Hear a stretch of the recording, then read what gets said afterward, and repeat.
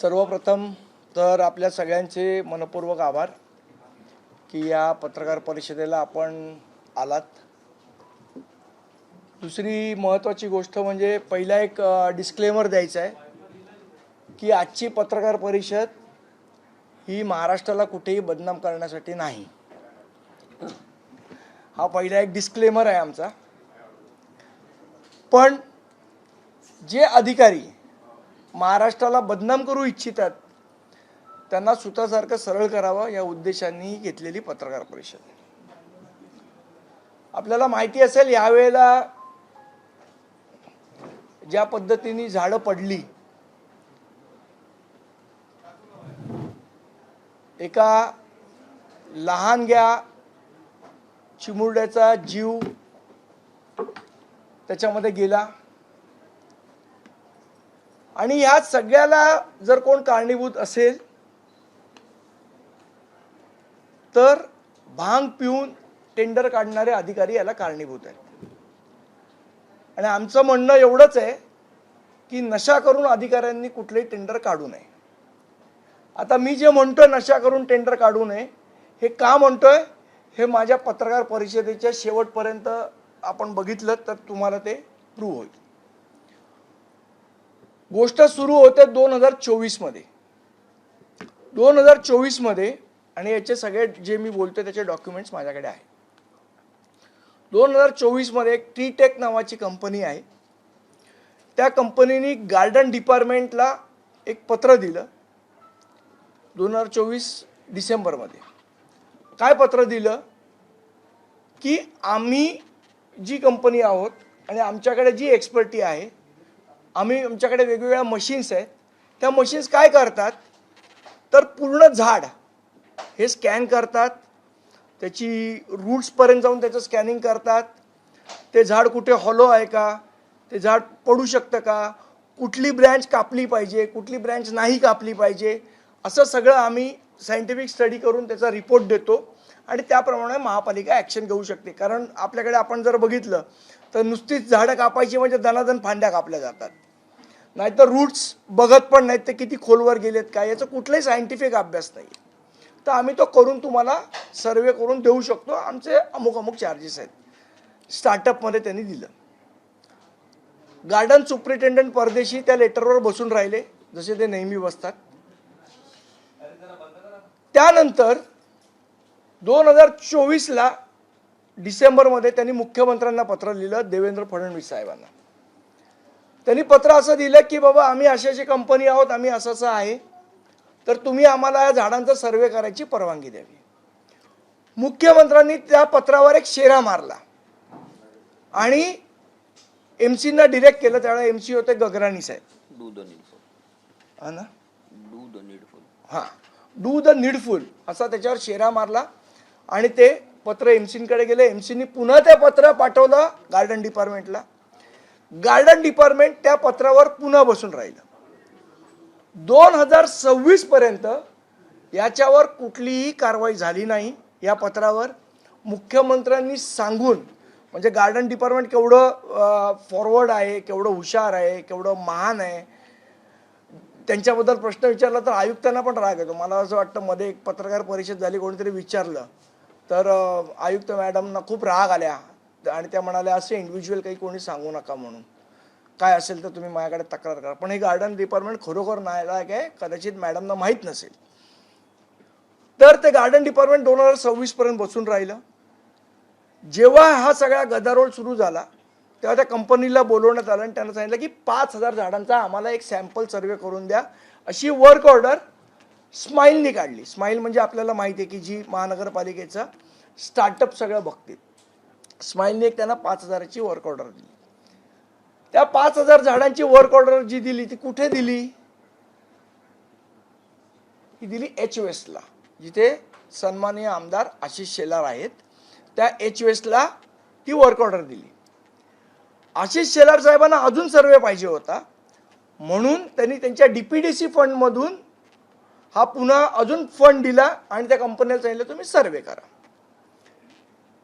याच्या आधी आपले मकरंद नार्वेकर साहेब आहेत महानगरपालिकेचे, त्यांनाही वाटलं ही कंपनी चांगली आहे, आपल्या इथल्या झाडांचं करावं, त्याच्यात काय वाईट नाही. त्यांनीही त्या कंपनीला काम दिलं आणि त्यांनी एक 100 झाडाचा सर्वे त्यांना करून दिलं, ज्याचा रिपोर्टही माझ्याकडे आहे. हे सगळं झालं. गार्डन डिपार्टमेंटनी याच्यामध्ये काहीच केलं नाही. जर हा सर्वे कंप्लीट मुंबईचा जर झाला असता त्यावेळेला, तर आज ज्या लोकांचे प्राण गेले, ज्या लोकांची वित्तीय हानी झाली, ती कदाचित वाचली असती जर या झाडांचा सर्वे झाला असता. आणि तो सर्वे आत्ता करायला दिलाय. हे सगळी इन्सिडेंट झालं त्याच्या वेळेला तो सर्वे दिला करायला, कदाचित 1 महिना आधी दिला असेल. पण तो सर्वे अजून कंप्लीट झाला नाहीये, कारण तो हल्लीच दिलेला आहे. त्यामुळे झाडांची स्थिती काय आपल्याला माहित नाही. आता गार्डन डिपार्टमेंटने काढलं टेंडर कशाचं काढलं की ही जी झाडं आहेत या सगळ्याचं आता जे वॉर्ड वाईज टेंडर काढलेलं आहे वेगवेगळ्या लोकांना. हे टेंडरची कॉपी माझ्याकडे आहे. या टेंडरच्या कॉपीमध्ये आपण एक आश्चर्यकारक गोष्ट मी आपल्याला दाखवणार आहे, बोलणार आहे, पण त्याच्या आधी थोड्याशा कंडिशन सांगतो. त्याच्यामध्ये या टेंडरमध्ये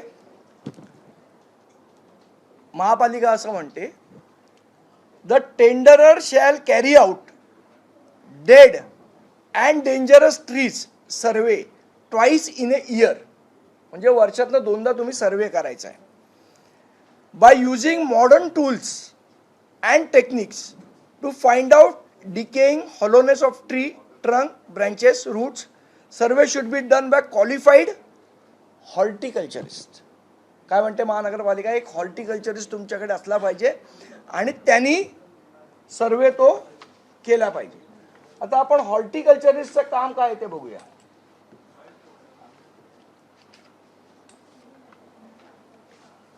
हॉर्टिकल्चरिस्टचं काम काय आहे हे जर गार्डन डिपार्टमेंटला माहीत नसेल आणि तुम्ही चुकीचा माणूस नेमायला सांगताय कॉन्ट्रॅक्टरला, काय सांगता, हॉर्टिकल्चरिस्ट नेमा.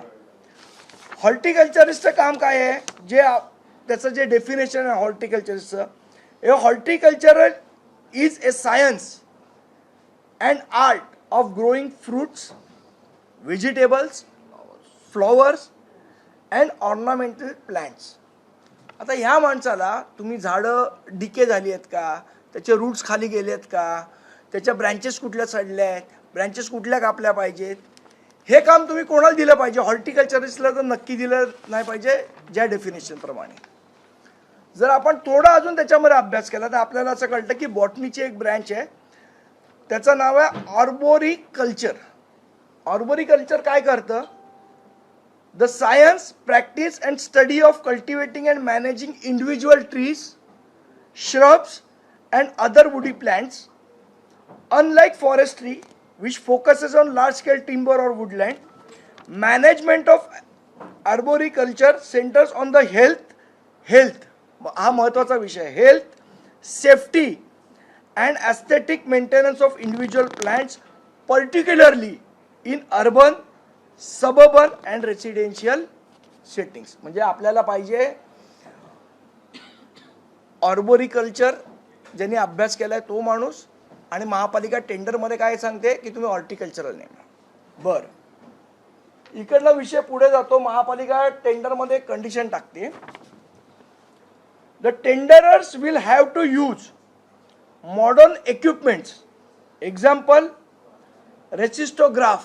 तर रेसिस्टोग्राफ मी आमच्या इथले जे आता जे महानगरपालिकेने 24 वॉर्डमध्ये कॉन्ट्रॅक्टर दिले त्याच्या एकाहीकडे रेसिस्टोग्राफ नाही. आता रेसिस्टोग्राफ म्हणजे काय, तर रेसिस्टोग्राफ हे एक असं मशीन आहे जे पूर्ण झाडाला स्कॅन करतं की त्याच्यामध्ये कुठे कीड लागली आहे का, कुठे हॉलोनेस आहे का, रूट्स कुठे कमजोर झालेत का, रूट्स खालपर्यंत गेलेत का वरच्यावर राहिलेत, आणि मग कुठली फांदी आपण छाटली पाहिजे, कुठली ठेवली पाहिजे, याचा डिटेल्ड रिपोर्ट हा या मशीन्समधनं येतो. तर महानगरपालिका काय सांगते कॉन्ट्रॅक्टरला की हे तुमच्याकडे मशीन असलं पाहिजे. रेसिस्टोग्राफ, ट्री रडार एक्सेट्रा, बाकी नंतर ते म्हणतात एक्सेट्रा, कारण पुढची मशीन माहीतच नाहीत गार्डन डिपार्टमेंटला कुठली आहेत कुठली नाहीत, कारण यांचा अभ्यासच नाही. Examine the internal condition of tree in suspected cases and when directed by concern deputy superintendent of garden or above official of garden department. बरोबर. आता ह्याच्यानंतर महापालिकेने किती म्हणजे काळजी घेतली आहे हे आपल्याला दिसतं. कुठेही त्यांनी हे केलं नाही आणि त्यांच्या गार्डन सुप्रिटेंडंटच्या निष्काळजीपणामुळे या सगळ्या गोष्टी घडल्या.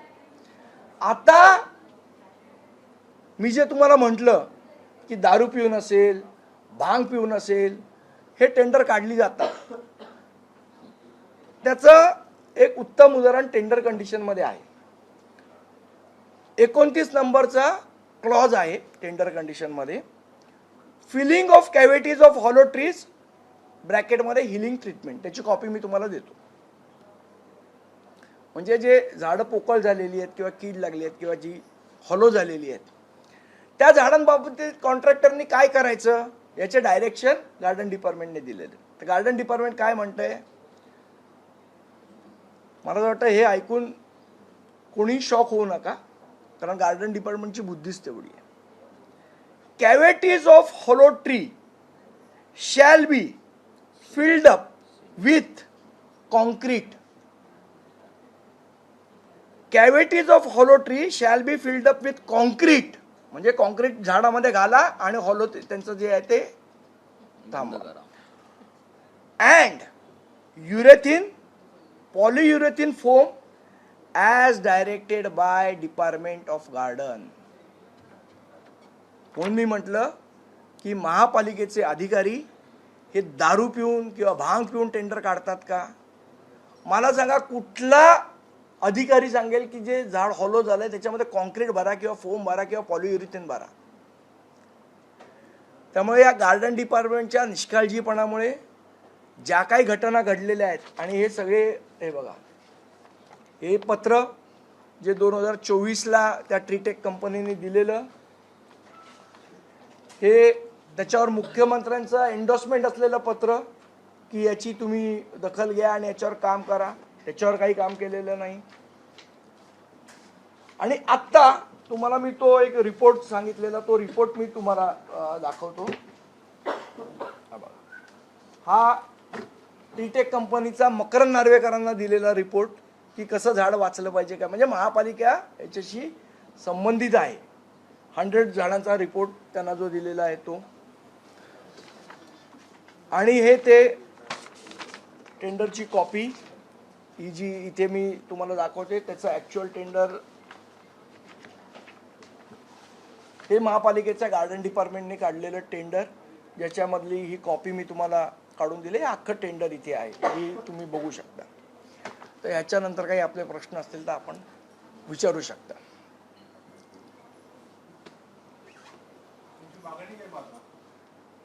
आमची मागणी तर खूप हे आहे की यांना चापकानी फोडून काढले पाहिजेत, पण तसं काय होणार नाही. तर निदान त्यांच्यावर कारवाई तरी केली पाहिजे.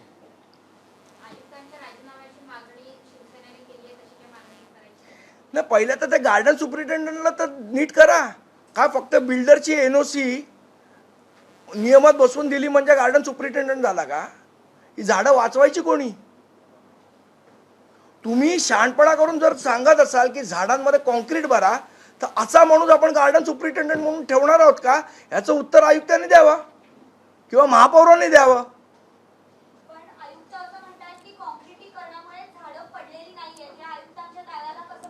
अहो, हा दावा वेगळा. तुम्हाला कळतंय का? झाडामध्ये कॉन्क्रीट भरायला सांगतायत. तुमच्या प्रश्नाला मी उत्तर देतो. आयुक्तांनीच त्याच्यानंतर एक कमिटी नेमली होती. त्या कमिटीवर महानगरपालिकेचेच अधिकारी होते आणि त्या अधिकाऱ्यांनी आता रिपोर्ट दिलाय की ही जी काही झाडं पडली ती मॅक्झिमम झाडं कॉन्क्रिटीकरणामुळेच पडली आणि ही कमिटी आयुक्तांनीच नेमली होती.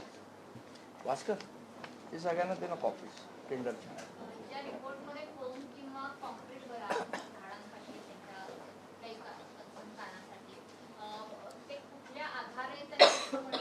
मला वाटतं हा प्रश्न आपण गार्डन सुपरिटेंडंटलाच विचारला पाहिजे की त्याने ॲक्च्युली कुठली भांग पेलेली किंवा कुठली दारू पेलेली आणि असं टेंडर काढलं. मला वाटतं जगातला कुठलाही माणूस हे सांगणार नाही की जे झाड पोकारला गेलं तर त्यांना औषध द्यायला पाहिजे, त्याच्यावर औषध फवारणी करायला पाहिजे, ते झाड जगेल कसं ह्याचं टेंडर कंडिशनमध्ये क्लॉज पाहिजे. ते तुम्ही काहीच टाकत नाही. उलट तुम्ही सांगता कॉन्ट्रॅक्टरला की त्याच्यात कॉन्क्रीट भरा आणि उद्या कॉन्क्रीट भरलेलं झाड कोणाच्या अंगावर पडलं तर?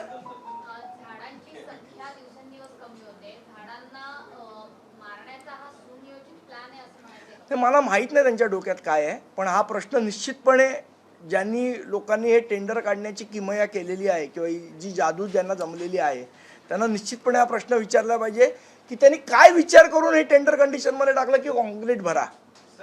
जेव्हा आयुक्तांची पत्रकार परिषद होती तेव्हा मी स्वतः त्यांना प्रश्न केला की जितेंद्र परदेशी हे 15 वर्षापासून एकाच जागी आहेत, एकाच पदावरती आहे आणि जी घटना घडलेली आहे त्या संदर्भामध्ये आम्ही त्यांना काही माहिती दिली की बिल्डरांकडनं ते एखाद्या झाडाची छाटणी करण्यासाठी लाखो रुपये घेत असतात आणि अशा पद्धतीचे ज्या पद्धतीने तुम्ही आरोप केलेले तसेच आम्ही देखील प्रश्न विचारले, त्यांनी उत्तर दिलं नाही आणि सरळ सांगितलं की हे तुमचं वैयक्तिक आहे आणि काय माहिती असेल हे वैयक्तिक मला असं वाटतं बघा, गार्डन सुपरिटेंडंटचं काम एवढंच असू शकत नाही की बिल्डरांना नियमात बसवून झाडं वसवून द्यायची आणि त्याची कटिंगची NOC द्यायची, एवढंच फक्त गार्डन सुपरिटेंडंटचं काम नाही. मला असं वाटतं ती झाडं जगवली पाहिजेत, जी आपली जुनी हेरिटेज झाडं आहेत ती वाचवली पाहिजेत, जी झाडं डिके होत आहेत, खराब होत आहेत, हॉलो होत आहेत, त्यांच्यावर हिलिंग ट्रीटमेंट काय करायची, त्यांना काय पद्धतीने वाचवायचं, या सगळ्याचा अभ्यास असलेला सुपरिटेंडंट पाहिजे. असं निर्बुद्ध आणि बिंडोक सुपरिटेंडंट असेल तर महानगरपालिका रसतळाला जायचं वेळ लागणार नाही. त्यांची ती स्किल आहे ना बिल्डरला झाडाची NOC द्यायची, त्या स्किलमुळे कारवाई होत नसेल. जसं गार्डन डिपार्टमेंटने काढलेल्या टेंडरमध्ये म्हटलंय की हॉर्टिकल्चरिस्ट असावा या कंपनीकडे, तर वाटत नाही का गार्डन डिपार्टमेंटकडे देखील अशाच हॉर्टिकल्चरिस्टच्या पोस्ट असाव्या, कारण ज्या पद्धतीने टेंडर काढलं असं वाटतं बघा, BDS आहे. मुळात असं आहे, हॉर्टिकल्चरचं हे कामच नाही आहे. आपण ही गोष्ट नीट समजून घेतली पाहिजे की प्रत्येक माणसाचा उद्या आपण हॉर्टिकल्चरला तिथे नेमलं, हॉर्टिकल्चरिस्टला म्हणजे हाडाच्या डॉक्टरला हार्टची सर्जरी करायला सांगणं आहे. हार्टची सर्जरी करणारा डॉक्टर वेगळा आणि हाडाची सर्जरी करणारा डॉक्टर वेगळा. आणि आत्ता जे कॉन्ट्रॅक्टर नेमलेले हे सगळे कंपाऊंडर आहेत, हे डॉक्टर पण नाही आहेत, हे फक्त लाकूड तोडे आहेत. यांना दिसलं झाड की कापा. हे यांच्यामध्ये कुठलीही सायंटिफिक स्टडी नाही, कुठली करायची नाही आहे. जेव्हा प्रश्न आम्ही केले तेव्हा आयुक्तांनी हात झटकून काढलेले आहेत, त्यांच्या कारवाईची मागणी लोकशाही मराठीनं धरून लावलेली आहे. तुम्ही आता या कारवाईसाठी नाही, निश्चितपणे आमचे इथे सगळे नगरसेवक बसलेले आहेत.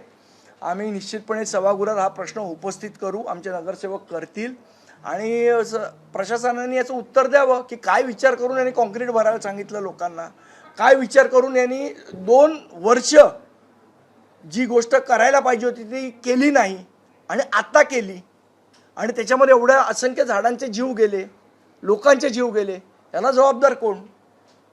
हे जे टेंडर काढलेलं आहे हे टेंडर कदाचित तुम्ही जे सांगताय ते टेंडर ज्याला भरायचं त्यांनीच काढलेलं असावं असं तुम्हाला वाटते की PMC नाही, हे तुम्हाला सांगू, कुठलाही कॉन्ट्रॅक्टर किती निर्बुद्ध असला तरी तो झाडामध्ये सिमेंट भरा असं सांगणार नाही. हे मूर्ख निर्बुद्ध लोकच सांगू शकतात जे परदेशी सारखे बसलेले आहेत ते.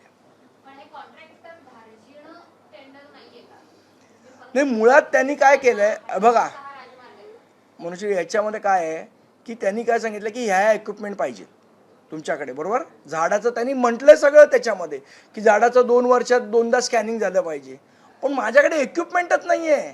तुम्ही मला जेव्हा टेंडर देताय तेव्हा माझ्याकडे इक्विपमेंट आहे की नाही याची पडताळणी कोणी केली आहे?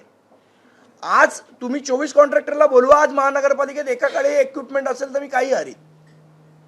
त्यांच्याकडे इक्विपमेंट कुठले आहेत? मी जी चौकशी केली त्याप्रमाणे इथे चेन सॉ आहे ज्यांनी ट्री कटिंग करू शकतो ती, आणि ट्रक आहेत ज्याच्यामध्ये झाडं घालू शकतात ती, आणि फांद्या उचलायला टेम्पो आहेत. याच्यापेक्षा चौथी इक्विपमेंट नाही आहे त्यांच्याकडे. आणि त्यांना मी विचारलं की तुम्ही हॉर्टिकल्चरिस्ट तरी आहे का तुमच्याकडे, तर ते म्हणतात नाही, जब भी महानगरपालिका का जरूरत रहेगा तब हम लेके आएंगे, अशी उत्तरं देत आहेत. मला असं वाटतं ह्याचा गांभीर्याने महापालिकेने विचार करावा. ह्याच्यामध्ये कोणाचीही बदनामी करण्याचा आमचा मानस नाही, महाराष्ट्राची बदनामी करण्याचं तर नाहीच नाही, पण महाराष्ट्रामध्ये असे अधिकारी जर तुम्ही ठेवलेत तर निश्चितपणे महाराष्ट्राची बदनामी होईल. याची काळजी आयुक्तांनी आणि महाराष्ट्राच्या मुख्यमंत्र्यांनी घेतली पाहिजे.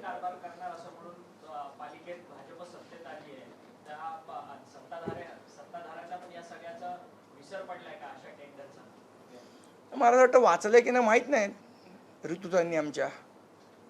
टेंडर कधीच येतं आप भी नगर सेवक रहे, इसके पहले भी हर साल झाड़ गिरते, कोई पहली बार झाड़ नहीं गिरा, पहली बार झाड़ गिरते, ठीक है। कभी भी इस तरीके से कहीं ऐसा प्रश्न ऐसा उठाने के लिए कि तैयारी किया हुआ आपने या तैयारी करके उठा के, तो आज नहीं, आज ही इतना बड़ा मुद्दा उठाने के बाद तैयारी क्या कारण होता है? तर मुळात याच्यामध्ये विषय असा आहे की आम्ही पण नगरसेवक होतो त्यावेळेला एवढ्या मॉडर्न इक्विपमेंट, झाडाचं स्कॅनिंग हे सगळं, नाही, एवढ्या मोठ्या प्रमाणात झाडं नव्हती. आणि मुळात एवढ्या मोठ्या प्रमाणात झाडं पडली नव्हती. छोटूक मोठूक घटना होत होत्या, पण आज ज्या पद्धतीने झाडं पडली आहेत, मला असं वाटतं याच्यासाठी हिची जी तयारी करायला पाहिजे होती महानगरपालिका. 80 झाडं पडले. एकट्या आमच्या किल्लेदार साहेब सांगतायत एकट्या जी नॉर्थमध्ये 80 झाडं पडलेली आहेत. बाकी जी जाऊचं वेगळं. जर स्कॅनिंग झालं असतं की बाबा याचं मूळ कुठे आहे, याच्या कुठल्या फांद्या कापल्या पाहिजे, काय केलं पाहिजे, तर एवढी झाडं पडली नसती.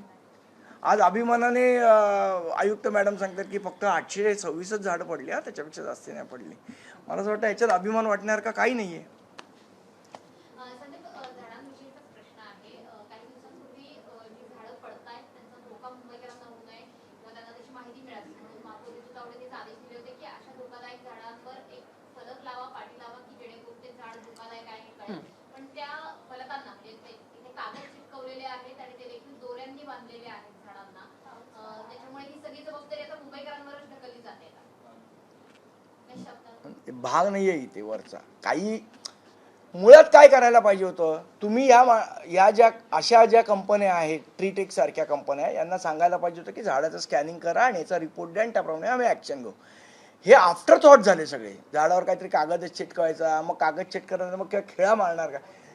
मी तुम्हाला सांगितलं ना, ज्यांना डोक्याचा भाग आहे ते असं वागणार नाहीत, असं त्यांनी वागू नये. महापौरांनी मिनिमम बुद्धिमत्ता तरी दाखवावी अशी आमची अपेक्षा आहे त्यांच्याकडे.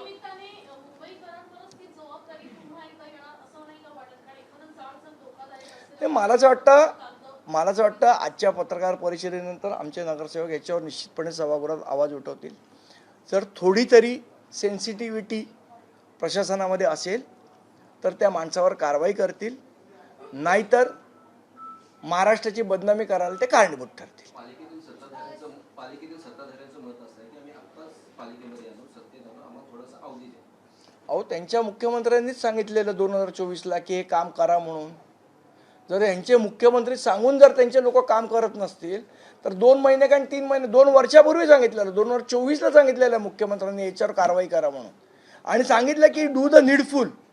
हे बघा, हे पत्र आहे मुख्यमंत्र्यांचं, त्या कंपनीच्या लेटरवर मुख्यमंत्र्यांचा शेर आहे, डू द नीडफुल. मुख्यमंत्र्यांनी सांगितल्यावर जर मुख्यमंत्र्यांच्या पत्राला केराची टोपली जर अधिकारी दाखवत असेल तर तुम्ही आत्ता आलात काय आणि आधी आलात काय, त्याचा काय संबंध.